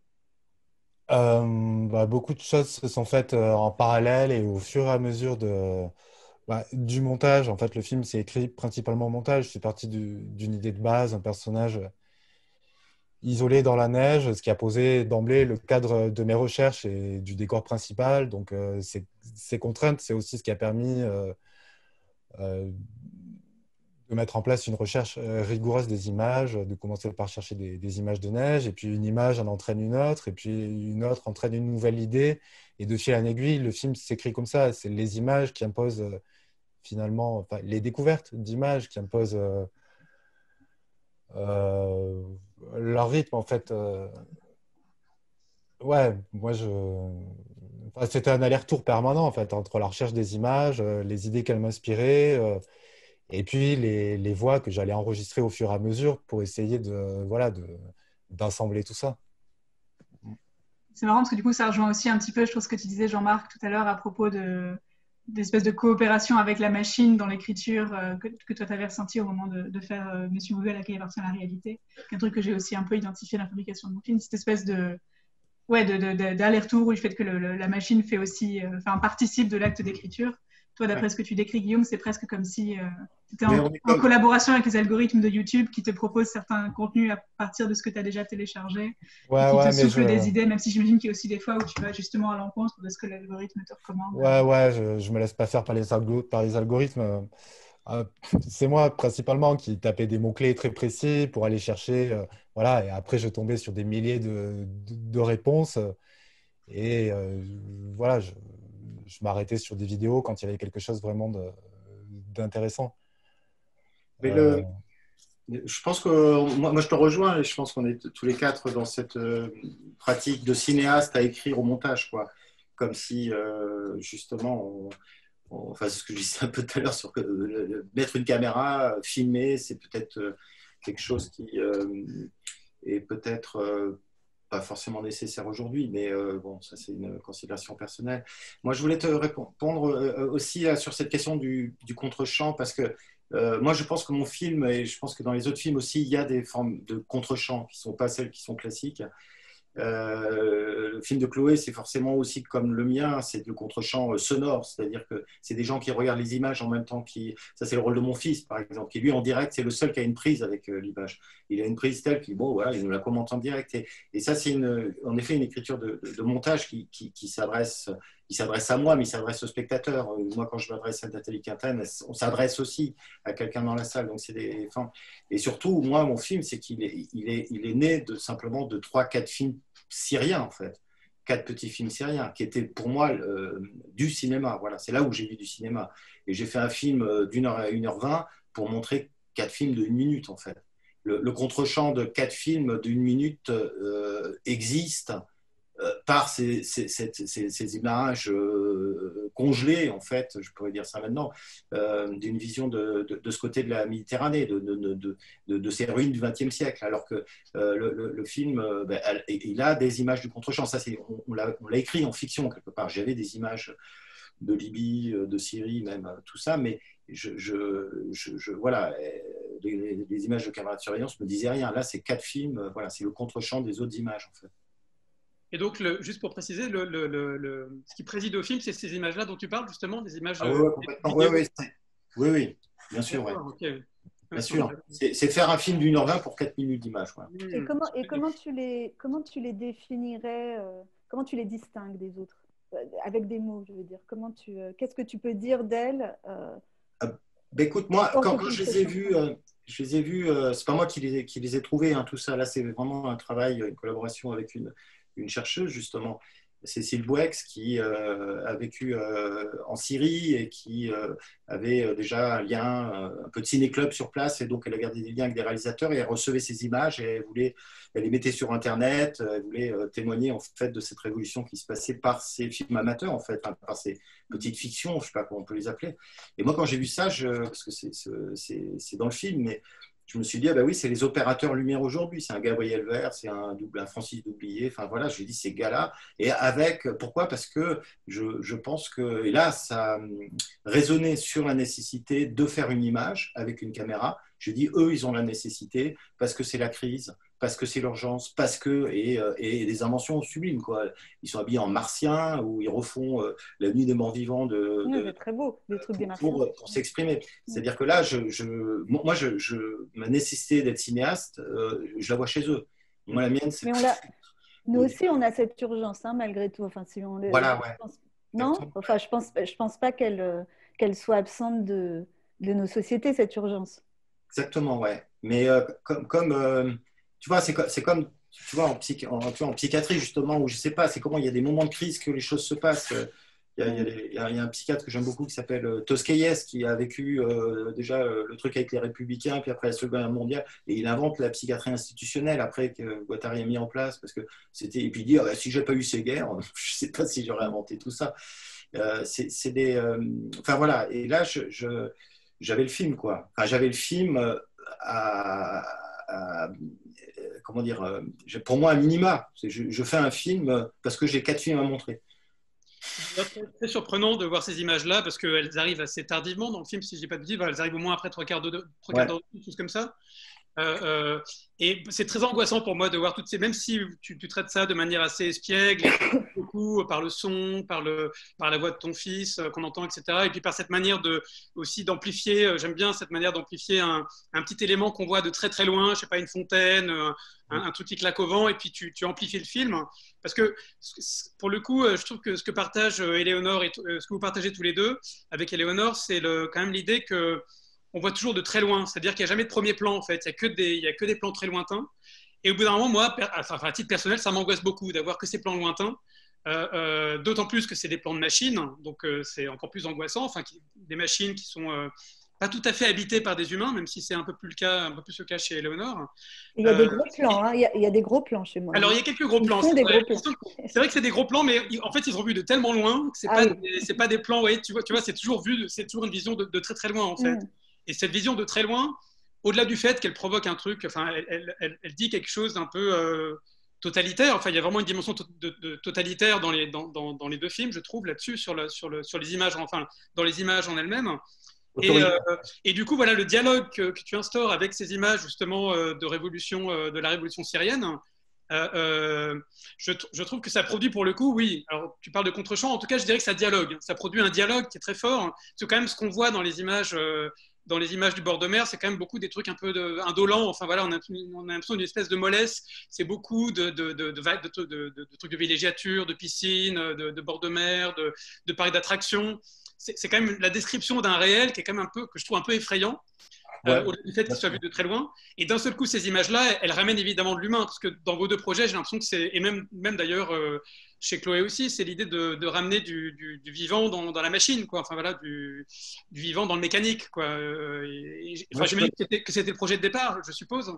Moi, je peux te répondre rapidement, hein, parce que ça, c'était aussi la deuxième chose qui m'est apparue évidente. C'était ce que généralement on appelle cette diégétique en fait, hein, du film. C'est-à-dire que quand j'ai vu ces images-là, bien sûr, à un moment, moi, j'y voyais des fantômes, j'y voyais un cimetière de migrants, j'y voyais beaucoup de choses. Et là, je me suis dit, ah ben oui, mais c'est comme dans un film d'Hitchcock, en fait. On n'est pas au théâtre, c'est un film d'Hitchcock. On voit peut-être un couteau qui traverse le champ, mais on ne voit pas le mort, en fait. Donc c'est vrai que c'est des films qui posent toujours ces questions du hors-champ ou je sais pas quoi, mais là, c'était plus que ça. C'est-à-dire qu'il n'y a rien à voir et je me suis dit, c'est puisqu'il n'y a rien à voir qu'il va y avoir de la douleur, quoi, et que cette douleur doit passer. Après, bien sûr qu'il y a des sentiments qui sont sortis derrière et comme tu as dit, c'est que je me suis aperçu que c'était en effet, moi je dis, les ruines du XXe siècle. C'est-à-dire que je voyais le monde dans lequel j'ai quand même vécu, où je me disais, mais merde, comment on va voir ça dans 50 ans? C'est qu'à cette hauteur-là, on est vraiment dans quelque chose qui est de l'ordre de la désillusion un peu. Et puis bien sûr, comment jouer ce qui se passait de l'autre côté, qui sont les enjeux, en effet, de cette mer, les guerres, le pétrole, enfin tout ça. C'était, en effet, de les convoquer avec des gens qui font vraiment du cinéma. Et puis aussi, alors c'était avec le travail avec Nathalie Quintane, avec une écrivain, c'est-à-dire à un moment de rentrer dans des sujets qui pouvaient simplement être avec sa poésie parlée, enfin quelque chose qui me touchait beaucoup, être évoqué sans être non plus, je sais pas, enfin voilà, larmoyant, ou alors du punchline politique ou du punchline journalistique. Enfin, je sais pas. Enfin, c'était que des négations en fait, hein, que j'ai mis en place sur les voix off avec Nathalie. On voulait pas des. Enfin voilà, on mettait des négations, puis à la fin on est arrivé à ces formes de dialogue, je voulais quelque chose de vivant comme ça. Ouais. Mais ce qui est très beau, c'est que du coup, elle donne corps aux images, vraiment, enfin, notamment toutes les parties où Nathalie Quintane raconte à la fois des choses qui sont des choses historiques, des choses qui sont très intimes aussi, puisqu'elle parle de son père, de l'expérience qu'elle a fait de la Méditerranée quand elle était enfant. Voilà, je trouve qu'il y a un truc vraiment où ce moment plus tragique, où elle raconte que quand elle était dans un embouteillage, d'un coup, elle a vu passer cette personne qui était probablement un migrant et que à peine elle se retourne pour chercher une bouteille d'eau, que cette personne a disparu, voilà, comme une espèce de fantôme, une sorte d'apparition. Je trouve qu'à chaque fois, voilà, quand je disais ramener du vivant dans la machine, pour le coup, particulièrement, enfin, d'ailleurs, vous trois, en fait, les dialogues que vous instaurez tous les trois, toi, ton fils et Nathalie Quintane, avec en plus cette dimension qui est une dimension ludique, ce que je trouve très fort d'ailleurs dans les, peut-être pas chez Léonore parce que c'est autre chose, mais dans les trois films de Guillaume, de Chloé et dans le tien, il y a aussi, je trouve, une dimension très ludique en fait à partir de ces images-là. Ça m'a beaucoup frappé. Comment aussi vous vous amusez beaucoup en fait aussi. Et je trouve que cette dimension d'amusement qui n'est pas le contraire du point de vue politique, parce qu'au fond, enfin voilà, ça reste éminemment politique.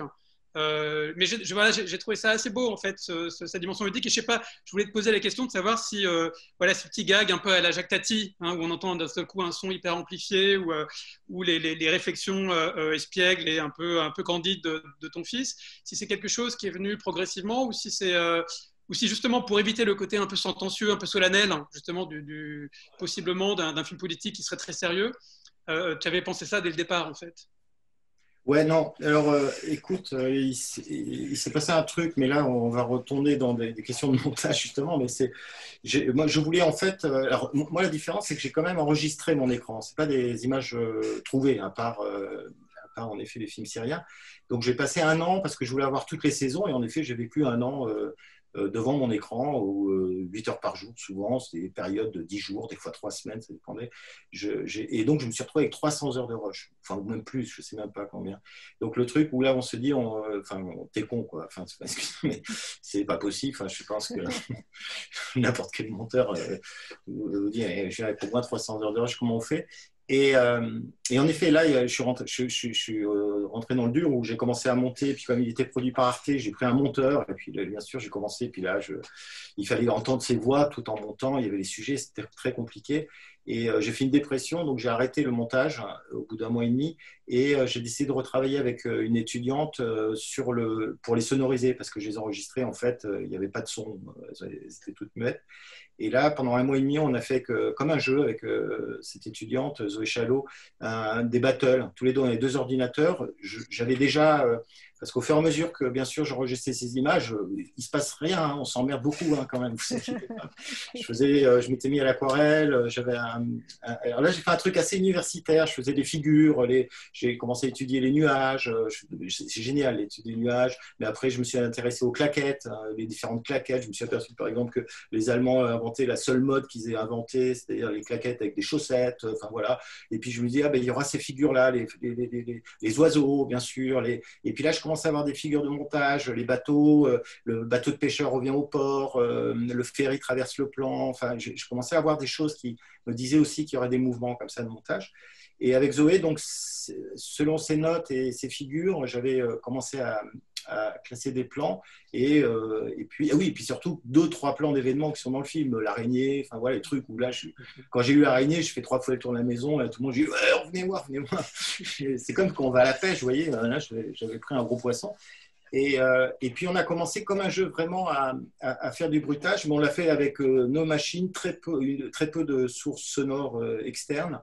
Et puis bien sûr, comme tous les matins c'était un jeu différent, on ne fait jamais 2 fois la même chose.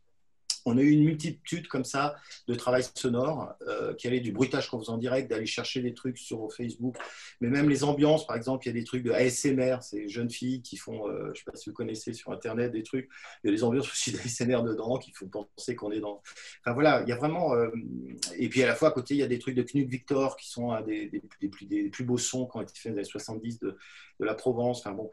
C'est vraiment c'était comme un jeu, comme ça, que la machine aussi nous permettait de faire. On a même refait des dialogues, comme ça, on a cherché des documentaires. Enfin, voilà. Et je suis parti de ces 30 heures de rush pour pouvoir, après, commencer le montage. Voilà. Et les voix sont arrivées par la suite parce que les voix, en fait, on avait déjà énormément de choses avec Nathalie, mais qui étaient sous forme de rencontres. Hein. C'est-à-dire qu'elle avait écrit des textes, mais souvent je lui faisais redire. Enfin, dans les interdits qu'on s'était donnés, c'était qu'elle écrive sur des images ou que moi je prenne des textes et que je mette des images. Enfin, on avait plein de choses comme ça. Et puis on a commencé à avoir cette forme de dialogue, en fait, comme que bien sûr artificiellement après j'ai mis sous forme de téléphone où elle me parle. Enfin bon, il y avait des natures différentes. Et puis, vraiment, sur la fin du montage, ça a duré pratiquement 9 mois, on a réécouté, j'ai dit à Nathalie, viens, et on a passé à peu près une semaine à réécouter tout ce qu'on n'avait pas vu, enfin, ce que je n'avais pas sonorisé. Et c'est là, étonnamment, je me suis aperçu que j'ai été espionné aussi par mon ordinateur qui a enregistré, en fait, mon bureau et ce qui s'y passait. Donc, il y avait beaucoup de choses avec mon fils, ma femme, ma fille, de venir manger, ou enfin, les choses assez simples de la vie. Et ça, alors, il y avait le premier enregistrement qu'on connaît de Marseille, enfin, qu'il y a dans le film de Marseille, où là, j'avais quand même mis un peu en scène mon fils. Je lui ai dit, viens voir. Et là, d'un seul coup, tout ce qui sort vient de lui. Hein, vraiment, j'invente rien. Mais là, j'ai commencé à comprendre. J'avais déjà mis ça en place sans savoir si ça allait être dans le film. Et là, quand c'est ressorti comme une pépite, avec Nathalie, on a dit, ah, ça y est, on a trouvé. Enfin, moi, j'ai trouvé comme un chef d'orchestre, le ton du film. C'est lui qui va le donner, puisque c'est le seul, en fait, à voir les images, en fait. Moi, je suis comme un vieux ringard à faire ma cinéphilie. Nathalie, elle y met l'épaisseur d'aujourd'hui dans quelque chose qui vient de la littérature et voilà, et de la fiction, peut-être. Et que là, je dis, ah ouais, il y a 3 rôles, comme des acteurs. Hein. Moi, je vois qu'on est comme des acteurs tous les 3, et qui donnent voilà. Et donc, c'est là où on a commencé à mettre toutes ces images. Ces sons, pardon. Voilà, Mais le moment où il y a 2 moments qui me frappent et qui cassent un peu, disons, un peu l'angoisse qu'on peut ressentir devant ces images, même si, cela dit, je parle d'angoisse, mais parfois elles sont très belles aussi, ces images. C'est-à-dire que j'ai trouvé que notamment, il y a un soin porté à choisir des plans où la lumière produit quelque chose souvent d'intéressant. Je me rappelle d'une plage où tout qui est plongé dans l'ombre, et puis il y a juste une sorte de quelques raies de lumière. Et il y a quelqu'un qui s'amuse au milieu de ces raies de lumière. Il y a parfois même, il y a une dimension presque picturale, parfois aussi, en fait. C'est un mec au téléphone, ouais, en jaune. Là. Ah, d'accord, ok. Et donc voilà, à la fois, c'est des images que je trouve très angoissantes parce que c'est vraiment des images, je dirais presque plates, en tout cas qui n'ont pas d'enjeu autre que de la surveillance. Donc du coup, et évidemment, c'est comme tu dis, le montage que toi tu fais avec les voix, etc., qui les remplissent de quelque chose, enfin en tout cas de quelque chose d'humain. Mais quand même, il y a 2 moments qui me frappent. C'est ce moment de l'araignée que je trouve un moment génial, où d'un seul coup, il y a cette énorme araignée cette araignée qui bouge tout l'écran. Et puis ce moment aussi, il y a cette espèce de, je crois que c'est un parapente qui arrive soudainement comme ça sur une pardon? Ouais, sur une plage comme ça. Oui, c'est ça, voilà, de manière tout à fait surprenante. Et j'aime bien ces 2 événements en fait qui ramènent là aussi du vivant dans la machine en fait et dans la dimension un peu effrayante de ces images. J'ai un sentiment un tout petit peu différent du tien. Moi, je les trouve souvent très belles en fait. Oui, mais bien sûr, elles sont très belles aussi, bien sûr. Des images, il me semble, peuvent être belles à leur insu d'une certaine façon. C'est-à-dire que le fait que ce soit des machines là les plus indifférentes de toutes, hein, puisqu'il n'y a personne derrière la caméra pour le coup. Mais ça n'empêche pas qu'une beauté surgisse par hasard. Et à la limite, c'est une beauté presque parfois plus émouvante que celle... ou en tout cas, elle a une qualité particulière parce qu'elle n'a pas été recherchée. Oui, il y a un côté enfance de l'art, en fait. Tout à fait. En tout cas, il y a de temps... Je ne dis pas tout le temps, parce que ce désert est évidemment suffisamment répété dans le film pour qu'il finisse par beaucoup inquiéter. Mais elles sont pas vides, je trouve. Enfin, elles sont vides d'événements, de narration, souvent, mais elles ont. C'est les plus proches par rapport aux images de mon film ou même aux images YouTube qu'utilise Chloé. Alors peut-être c'est un peu différent pour Guillaume, mais c'est les images les plus proches du cinéma au fond. Oui, je ne disais pas qu'elles étaient pas belles. Au contraire, bien sûr, je suis d'accord avec toi. Justement, le choix des lumières souvent est très beau. Pour moi, c'est aussi c'est un vrai beau portrait de la Méditerranée, une vraie déclaration d'amour à la Méditerranée que je vois aussi dans le film malgré tout. Via ces images, en fait, et via la lumière. Ouais, c'est drôle parce que moi j'adore l'Atlantique en fait. Mais et alors que Nathalie, ouais, je pense donne ce sentiment-là. Mais euh, euh, non, non, enfin, on revient à ce truc de fascination-répulsion, quoi. Moi, j'ai été en effet passé beaucoup de temps fasciné et des choses et comme si, en fait, c'est ce rapport du vécu et aussi du ressenti. C'est-à-dire que j'ai vécu au bord de la Méditerranée, ça, je peux le dire. Même si ça peut paraître, je sais pas, un peu quand même schizophrène, mais j'ai vécu au bord de la Méditerranée pendant un an avec des sensations très très fortes l'hiver. C'est peut-être ces lumières-là, tu vois, que tu as vues, ou je sais pas, tu as des moments de la mer qu'on ne connaît pas en fait. On connaît l'été, et d'ailleurs, je me suis même retrouvé avec pas beaucoup d'images l'été. Parce que je voyais toujours ces plages remplies, tout ça. Je disais, c'est bon, ça c'est l'image qu'on a. Mais après, dans le film, je me suis aperçu qu'il me les fallait aussi. Il fallait remettre ce Disneyland là, de l'été, mais les autres saisons sont insensées. Quand j'ai vu arriver les premiers parasols, j'étais là, waouh, je revivais. Moi. Oh tiens, j'ai envie d'y aller. Là. J'ai envie de faire les premiers rayons de soleil au printemps. Il y a plein de moments comme ça, du vécu vraiment. Et ça, j'y crois. Je pense qu'on peut être devant son écran et le vivre. Non, mais c'est vrai qu'il y a un truc très pictural qui c'est presque, alors j'exagère un petit peu, mais il y a presque un côté Turner parfois dans certaines images en fait par la qualité de luminaire qu'il y a. Il y a une douceur en fait aussi qui est très belle. Hein. Mais en fait c'est plutôt l'accumulation de plans larges, un petit peu comme dans ton film d'ailleurs, Éléonore, qui finit par angoisser parce que on ne voit jamais que des choses en plan large en fait, voilà de loin en fait. Enfin il y a un moment donné où en tant qu'être humain on a besoin de voir de près aussi. Euh, et c'est ce qui me rend vos deux films en fait très oui un peu angoissant à regarder en fait pour d'autres raisons sans doute aussi mais aussi parce que cette accumulation de plans larges et c'est pour ça que au fond même si l'image de l'enfant dans le film Éléonore est comme une sorte de contre-champ impossible il y a quelque chose d'assez beau quand même là-dedans, y compris d'ailleurs aussi dans les dernières images. Hein, on en parlait tout à l'heure, les dernières images donc, qui montrent des images de caméras, hein, parmi les dernières caméras qui ont été inventées, qui montrent des images de nuit, mais comme si c'était en plein jour, voilà, qui n'ont même pas besoin de lumière pour nous montrer la nuit. Et la nuit, de fait, n'existe plus. Enfin, je veux dire, pour reprendre le titre de ton film. Mais voilà, c'est à l'exception de ces images-là, parce que là, dans cette image-là, il y a quelqu'un qui s'amuse à se cacher derrière un buisson, donc il y a aussi une dimension un peu ludique. Mais le reste du temps, c'est quand même, voilà, c'est des films. D'ailleurs, je voudrais savoir comment, quand vous avez monté les films, et ça n'a pas quelque chose, il n'y a pas une angoisse qui vous saisissait au bout d'un moment devant ces images qui sont quand même des images très, très froides finalement. Moi, j'ai fait une dépression. L'un de vous, je ne sais pas qui veut répondre. Ah non, non, vas-y, Jean-Marc. Non, je disais juste qu'à un moment, ouais, il y avait un côté de dépression. Enfin, moi, j'ai eu un moment très de malaise au montage, me dire comment les nourrir. C'est qu'en fait, il faut à un moment les nourrir. Il faut comme un ventre qu'on remplit comme ça. Et que je me suis dit, c'est la dernière fois que je fais un film sur le vide. Voilà. D'ailleurs, le prochain, il a tellement de documents, j'ai tellement de documents pour. C'est plutôt l'inverse. C'est comment, à partir de trop de documents, je vais pouvoir à un moment justement. Mais ça s'est passé un peu. Ouais, bah, pour moi, c'était carrément insupportable. Pardon, on t'entend un peu moins bien que tout à l'heure. Pardon. Ah bah, je suis désolée. Là, c'est bon? Oui, c'est bon. Ouais. Ouais. Et je dis que pour moi, c'était particulièrement insupportable par moments, mais presque l'effet d'habituation était plus insupportable encore, c'est-à-dire de pouvoir les voir pour des raisons purement techniques, sans m'émouvoir de rien. Et après, moi, je maintiens qu'elles ont quelque chose de fou, presque de film fantastique qui angoisse au-delà même de ce qu'elles montrent, en fait. Hein. Enfin, en tout cas...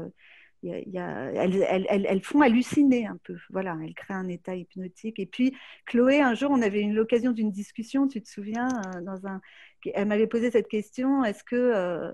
Non, tu avais repris la citation de je ne sais plus qui, d'ailleurs, qui disait, bon, maintenant, j'ai fait tel film, je ne sais plus lequel, avec des images que je n'aime pas. Maintenant, je vais faire un film avec des images que j'aime. Et...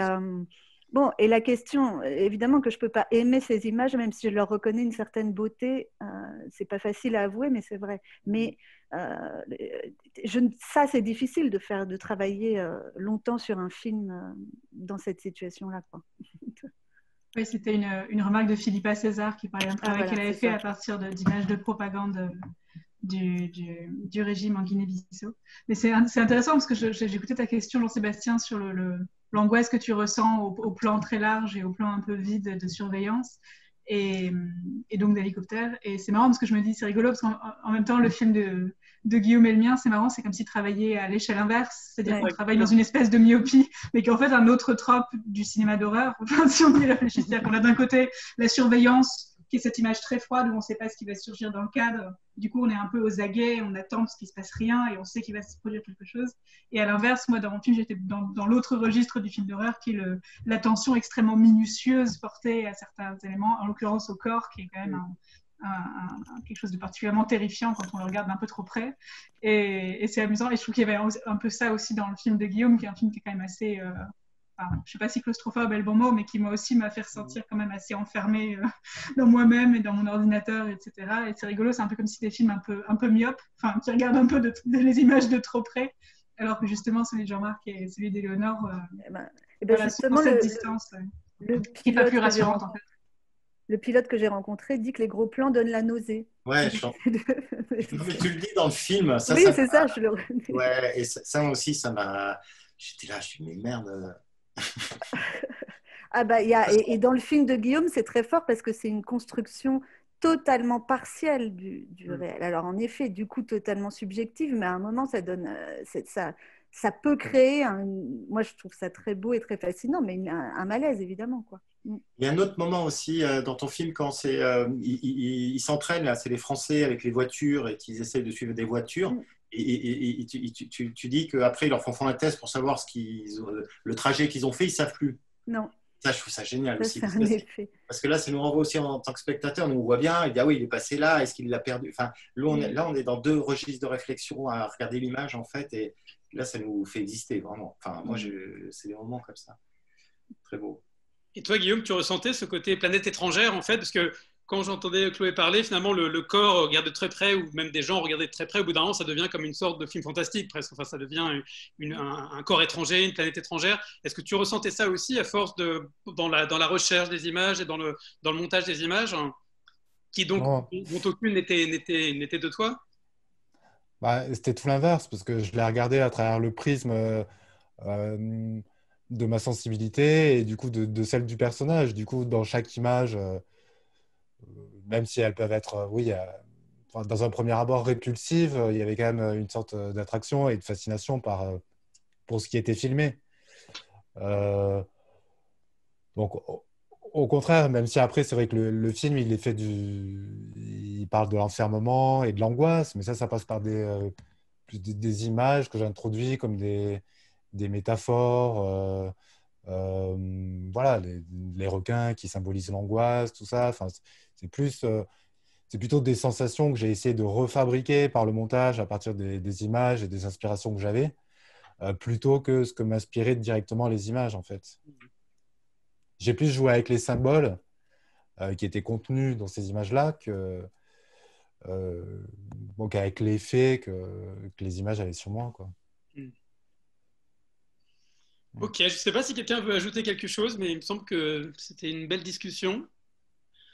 Moi, je voulais juste un mot par rapport au titre, hein, que je trouve super beau. Quand Anna m'a envoyé ce titre, Net Found Footage, j'étais assez excité.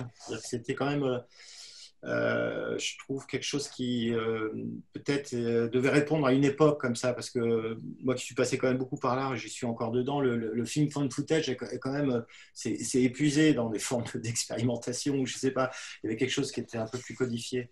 Et que sur ce mot rapport net, moi, c'est le côté ordinateur, d'un seul coup, ça m'a fait surgir quelque chose, peut-être parce que je suis un peu plus vieux, mais moi, je sais que j'ai rêvé cette machine, en fait, l'ordinateur. À un moment, je ne l'ai pas connu, quoi. Je me souviens, quand je sais pas, dans les années 80, les premiers trucs qui pourraient ressembler à des films found footage, c'est qu'il y avait des vidéos clubs et il y avait surtout des bornes automatiques où on pouvait prendre des cassettes et les mettre comme ça dans la machine. Et je m'amusais déjà à l'époque à prendre, par exemple, je sais pas, le premier Godard à bout de souffle et avec du scotch, couper la bande et refaire le film, où j'enlevais la fin, je crois, et puis je le remettais dans la machine en disant, voilà, le film, il est mieux maintenant comme ça. Et c'était déjà des gestes comme ça qui ne me permettaient pas d'avoir cette machine et tous les films de Godard. Et puis, ce que j'ai fait 10 ans après, de refaire une vision de Godard qu'avec ses intertitres, je sais pas, quelque chose qui pouvait m'alimenter et qui était accessible rapidement. Et Ben voilà, et cette machine, elle est absolument incroyable pour faire des films, quoi. Et enfin, voilà, je voulais dire ça. Moi, je voulais ajouter qu'elle était juste en train de se retourner contre nous quand je pense que la table ronde va être diffusée sur YouTube Ouais. et que je vais moi-même devenir peut-être le personnage du film d'une personne que je connais pas. Enfin, ça me crée une angoisse très profonde là. Bon. Non, t'inquiète pas. Ah ouais. Et en même temps, ça me semble intéressant. Enfin, je voulais juste rebondir sur quelque chose que disait Éléonore tout à l'heure à propos de cette idée, effectivement, que nous, on aurait peut-être plus besoin de filmer du tout parce que toutes les images existent et qu'elles sont accessibles. Et néanmoins, qu'il y a quand même des endroits ou des contextes dans lesquels, en fait, prendre une caméra, c'est utile. À propos, tu sais, des images de Siri que tu mobilises dans ton film, Jean-Marc. Et en même temps, je pense que, ouais, d'un côté, je trouve ça hyper fascinant et moi, tout mon travail est complètement obsédé par cette question de comment est-ce qu'on peut faire des films et qu'est-ce qu'on fait comme film à partir de ces images d'Internet. Et en même temps, c'est utile de rappeler, de se dire qu'il y a quand même des moments dans lesquels c'est utile de filmer, de défendre le droit de filmer, de produire de nouvelles images, surtout dans le contexte contemporain, quoi. C'est aussi un droit qu'il faut défendre, et donc j'ai l'impression qu'il faut réussir à penser les deux, quoi. À la fois la nécessité de produire des images qui n'existent pas, justement des contre-images, des contre-champs aux images du pouvoir, et en même temps d'exercer aussi notre droit de retravailler les images existantes, parce qu'il y en a beaucoup et elles méritent qu'on s'y arrête et qu'on les regarde d'un peu près, quoi. Super, merci à tous les quatre. C'était vraiment passionnant. C'était super. Merci Beaucoup.